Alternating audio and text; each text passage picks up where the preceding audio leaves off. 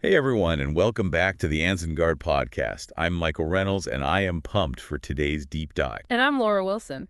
We're tackling a topic that's kind of like that super secret code everybody's heard of, but nobody really wants to talk about. Exactly. Social security numbers. Oh, yeah. Those 9 little digits. 9 little digits that feel like they unlock your entire life. Right. It's crazy how much is tied to that one number. Absolutely. And we have been digging through a ton of information about what happens when someone gets a hold of your Social Security number. And it's a lot. Oh, it is a lot. It can get scary. Definitely can. But that's why we're here. We're going to break it all down. We're going to guide you through the maze. Our mission today is to give you the knowledge, the steps you need to take if the worst happens. And more importantly, how to protect yourself in the first place. Think of this as your Social Security survival guide. Your personal security briefing. Now, one thing that really stood out to me in all this research was that you might not know right away if your SSN has been compromised. Right. It's not always obvious. Yeah, it's not like a giant alarm goes off. Sometimes there are clear signs like, your credit score suddenly tanks or you start getting bills for things you never bought. Right. But often it's a lot sneakier than that. Okay, so let's talk about some of those sneaky signs, those unexpected red flags that people should watch out for. Okay, so imagine this. You get a job offer out of the blue. Oh, wow. For a job you never even applied for. Really? That could mean someone is using your Social Security number to work under your identity. That is a little creepy. Right. It's like someone's out there living a parallel life with your information. And it's not just jobs either, right? No. You might also start getting unemployment benefits that you never applied for. Oh, wow. That's a definite signal that something is wrong and your Social Security number might be involved. Okay, so there's some seriously strange scenarios. Mm-hmm. What happens if you see one of these red flags? What do you do? What are those first steps that you absolutely have to take? Immediate action is key. Yeah, like slam on the brakes. Think of it as a 3-pronged defense. Freeze your credit. Scrutinize your credit reports and report the potential identity theft to the Federal Trade Commission, the FTC. So 3 big things to do. Okay, let's break those down one by one. What does freezing your credit actually do? It's like putting a padlock on your credit file. It prevents anyone, including you, from opening new accounts in your name. So even if a scammer has your Social Security number, they can't go on a shopping spree with your credit. Exactly. They hit a wall when they try to open new credit cards or take out loans. So it's like you're putting up a protective shield around your financial identity. Exactly. And it's free and relatively easy to do. So that's good. You just have to contact each of the 3 major credit bureaus, Experian, Equifax, and TransUnion, and request a freeze. Got it. So that's step 1. Freeze your credit. Step 2. Check your credit reports. What are we looking for there? Think of it like a forensic investigation. You're searching for any suspicious activity accounts. You didn't open loans, you never took out, even addresses you've never lived at. Anything that just screams, this isn't me. And don't forget, you can get a free copy of your credit report from each of the 3 credit bureaus at annualcreditreport.com. It's a good habit to check them regularly throughout the year. Absolutely. Think of it as a financial health checkup. Exactly. Okay, so let's say you spot something fishy in those credit reports. Yeah. That's where the FTC report comes in, right? Right. What makes reporting to the FTC so important? It creates an official record of the crime, which is crucial when dealing with companies and disputing fraudulent charges. So it's like your I told you so document. Exactly. It's your proof that you were a victim, and it gives you a solid foundation for reclaiming your financial identity. I like that solid foundation. And here's the thing. When you file that FTC report through their identity theft website, identitytheft.gov, you get a personalized recovery plan. Oh, so it's not just a report. It's like a step-by-step guide to help you get back on track. Exactly. It walks you through the entire recovery process, breaking it down into manageable steps. Nice. It can feel really overwhelming when you're dealing with something like this. Absolutely. So this is important stuff. These steps might not sound as exciting as, say, Mission Impossible. That's right. But trust me, taking these steps is way more critical in real life. It's your personal mission to protect your identity. That's a good way to put it. Now, I know there's a whole lot more to dealing with a potential SSN compromise. Oh, yeah. Our research goes into a lot more detail about things like filing a police report, contacting the IRS, and even something called self-lock with the Department of Homeland Security. It can feel a bit like a maze. It can, but each of these steps is there for a reason, adding layers of protection to your identity. So we've got a lot more to unpack to help you navigate this maze, and we'll do that right after the break. Okay, so we've got those first few steps down. Freeze your credit.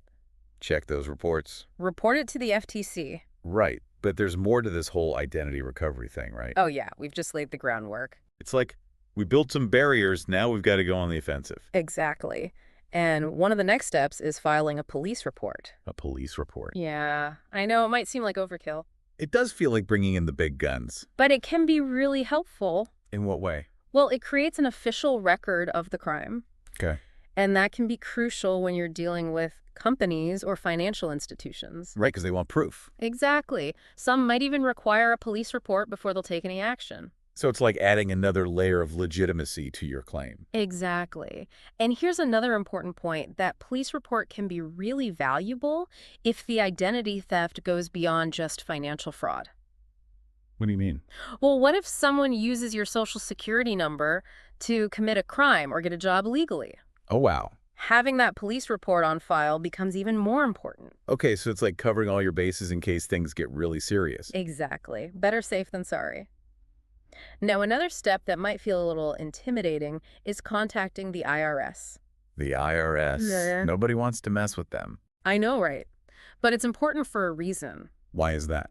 Because scammers can use your social security number to file fraudulent tax returns Rare. or even steal your refund. Wow. So if you suspect your SSN is compromised, you got to reach out to the IRS and let them know you might be a victim of identity theft. Okay, so what should we be looking for? What are the signs that we need to call the IRS?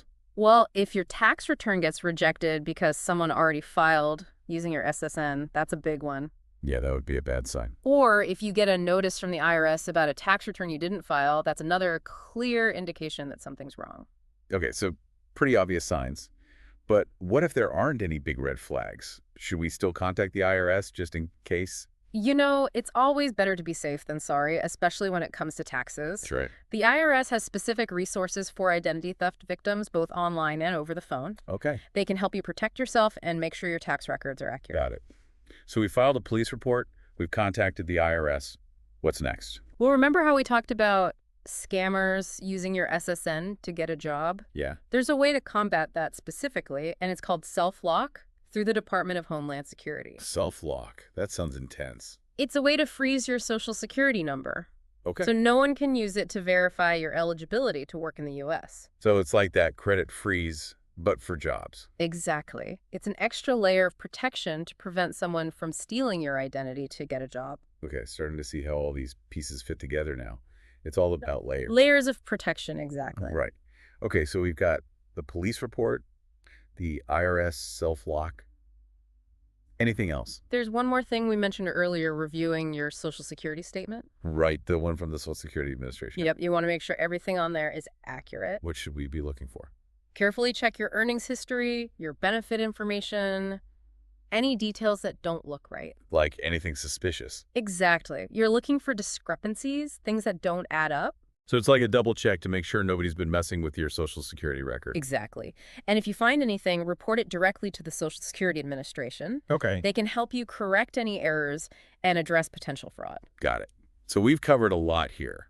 Those first steps of freezing your credit, checking your reports, filing that FTC report, And then those additional steps, police report, IRS self-lock. reviewing your Social Security statement. It can feel like a lot. It can, but you don't have to do everything at once. Good point. Just take it one step at a time. Right. And remember, knowledge is power. Absolutely. Just knowing what to do can make a huge difference in protecting yourself. That's right. It's all about taking control of your own digital security. But you know what would be even better? What's that? Preventing this from happening in the first place. Okay, so let's shift gears and talk about prevention. How do we keep our SSN safe from the start? Prevention.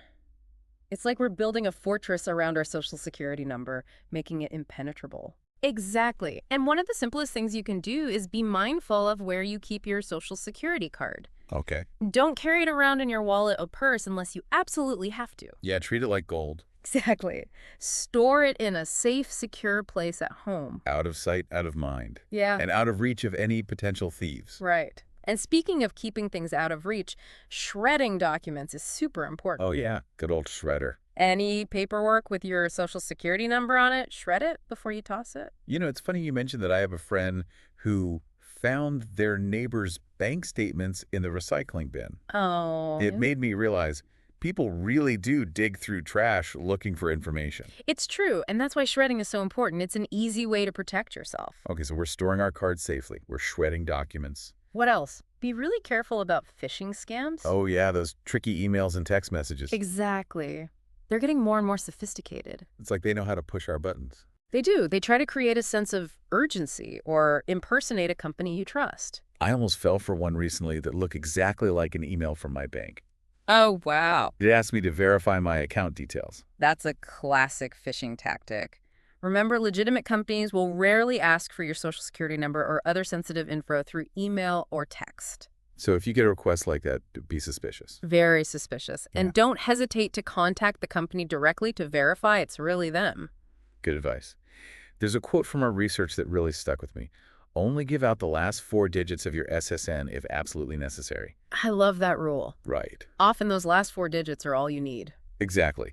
Now, one question I'm sure everyone's wondering, can you actually change your social security number if it's been compromised? It's possible, but it's not easy. It feels like something you only see in movies. It's definitely not common. The Social Security Administration has very strict rules about when they'll issue a new number. So it's not like you can just walk in and say, I want a new SSN. Right. It's usually only for extreme cases where your current SSN is causing serious harm or risk.